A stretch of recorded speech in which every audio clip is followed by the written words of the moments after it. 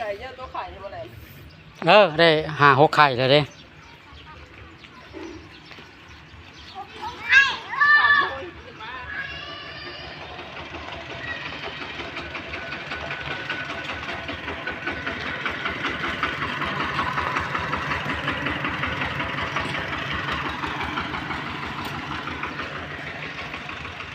ทักทายสบายดีพี่น้อง FC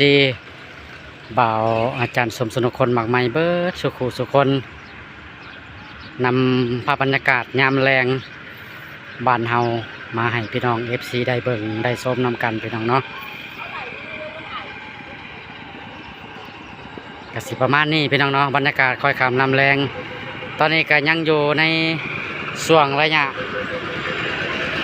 เป็นดำเข้านาแซงพี่น้องเนาะอันนี้ก็จะแม่นรถไถขนมาแต่ดำหน้าพี่น้อง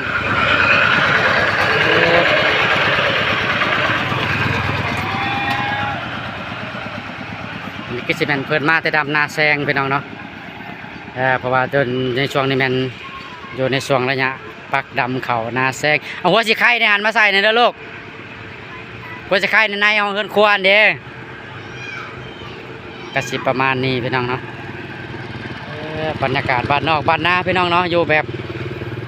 ธรรมชาติขี้ฝุ่นไงง่องพี่น้องรอถ่าอีกบ่เฮิงบ่นานพี่น้องก็สิเห็นทางเบตงมาฮอดทางเฮาแล้วว่าเดี๋ยวนี้เพิ่นกำลังเทลงไปซอยลุ่มพี่น้องเนาะซอยใจกลางบ้านคาดว่าอีกประมาณ 2-3 มื้ออาจสิสุดซอยนั่นแหละครับเพิ่นอาจจะเลี้ยวขึ้นมาทางซอยเฮาก็ถือว่าแสดงความดีอกดีใจนำชาวบ้านเฮาสิมีทางเบตงแบบงามๆได้เที่ยวกันพี่น้องเนาะยามฝนก็สิบ่มีขี้ตมยามฝนก็สิบ่มีขี้ฝนพี่น้องนี่บรรยากาศบริเวณรอบๆห้านเฮาพี่น้องเนาะยามแรงก็จิประมาณนี้พี่น้องคนกำลังไหลมาแต่ให้แต่นายามมื้อแรงยามมื้อเช้ากำลังไหลไปนายามมื้อแรงกำลังมาแต่นาเพราะว่าอยู่ในช่วงระยะปักดำเข่านาแซงพี่น้องบรรยากาศบ้านเฮาบ้านกับบ้านใกล้วัดพี่น้องเนาะ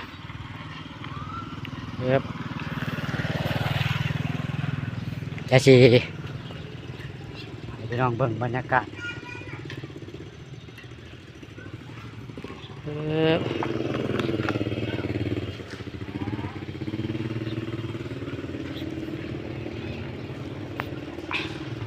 แต่รอยัง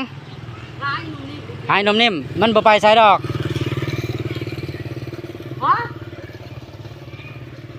มันบ่ไปใส่ดอกอีนมนิ่มฮะ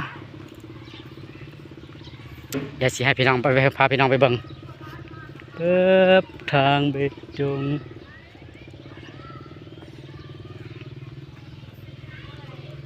บรรยากาศยามแรงบ้านเฮาเดี๋ยวสิพาพี่น้องไปเลาะเบิ่งกัน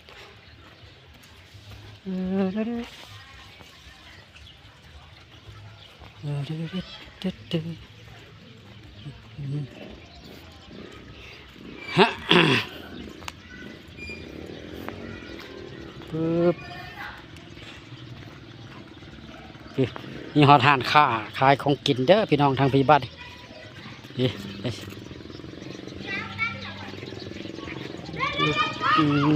บริเวณหน้าวัด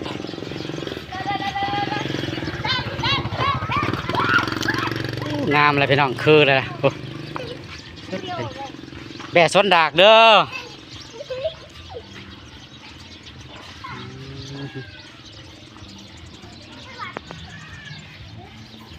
คือเลยนะพี่น้องทางเบตงอย่ามาพาพี่น้องเลาะมาเบิ่งทางพี่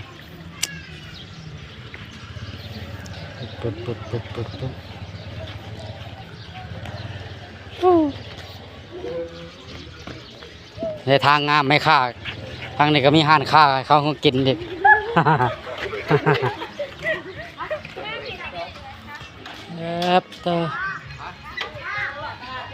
มาเลาะเบิ่งตลาดแรงคือแล้วเนาะวันนี้เนาะคืออะไรบ้านี่ค คือแล้วงามเลยเด้พี่น้องไอ้บัดนี่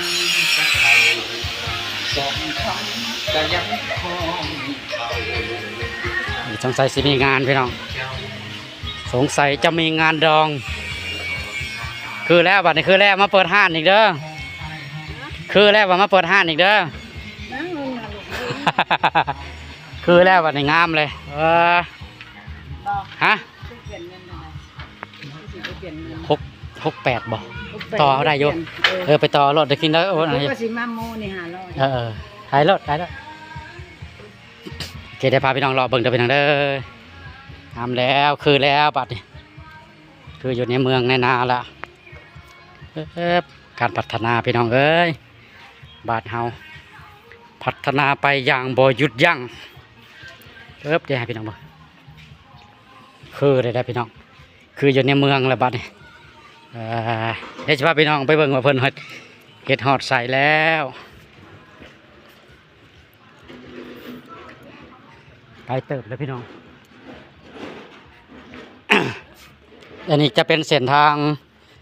จะว่าเส้นทางลักหรือว่าเส้นทางใจกลางบ้านเลยเส้นทางใจกลางบ้านเลยคือแล้วบัดนี้คือแล้วพี่ฮอดพี่แล้วพี่น้อง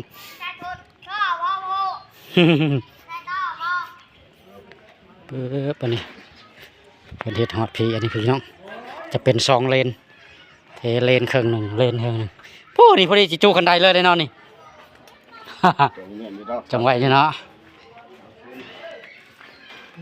พี่น้องได้ละคือความหนาเป็นหยุดแล้วพี่น้องเพราะว่าตอนนี้ก็ค่ำแล้วกรรมกรเมื่อว่าแล้วเนาะยังแต่รถโม่ ยังแต่รถโม่กรรมกรเมื่อวันแล้วยังแต่รถโม่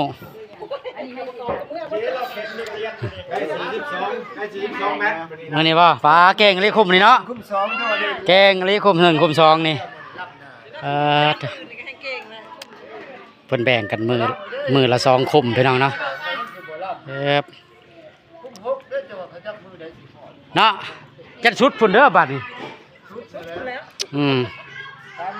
ทับแยกไปแล้วคุดพุ่นก็ขึ้นพุ่นบัดนี่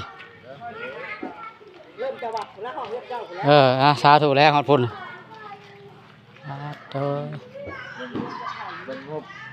ไปเรื่อยมันมาเรื่อยๆแล้วมันต่อไปเรื่อยๆอยู่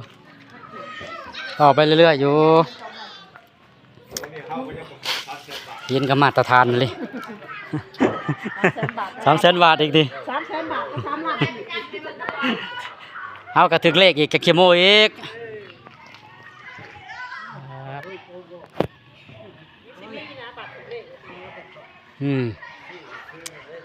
งามเลยพี่น้องโอ้สุดบ้านไปแล้วสุดเช่นนั้นสุดซอยนั้นแล้วจังมา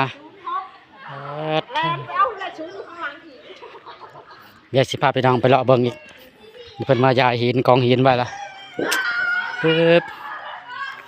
ก็จะเป็นโตนปูน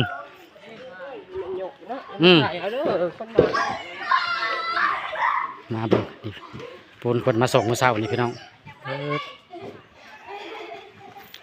อาจจะฮอดทันพี่น้องเนาะเส้นทางสุดอยู่เส้นนั้นเส้นทางลักนี่คือเส้นทางที่1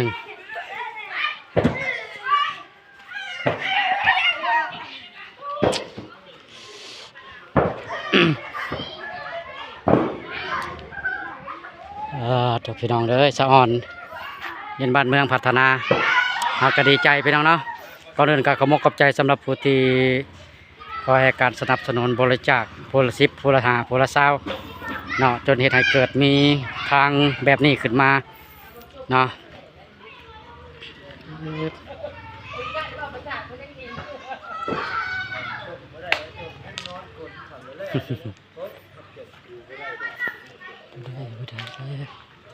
เขาจมสูดหูละอยู่บ่ได้ดอก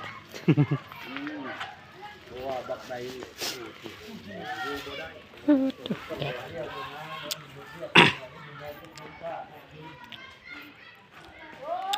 งามเลยพี่น้อง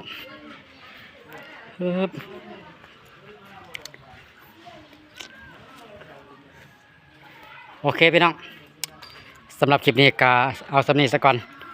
ก่อนอื่นก็ขอขอบใจสำหรับผู้ที่ให้การติดตามรับชมด้วยดีตลอดมาพี่น้องเนาะฝากกดไลค์กดแชร์กดติดตามรอเบิ่งตอนต่อไปพี่น้องเนาะเพื่อสำหรับคลิปนี้ขอจบขอขอบใจบ๊ายบาย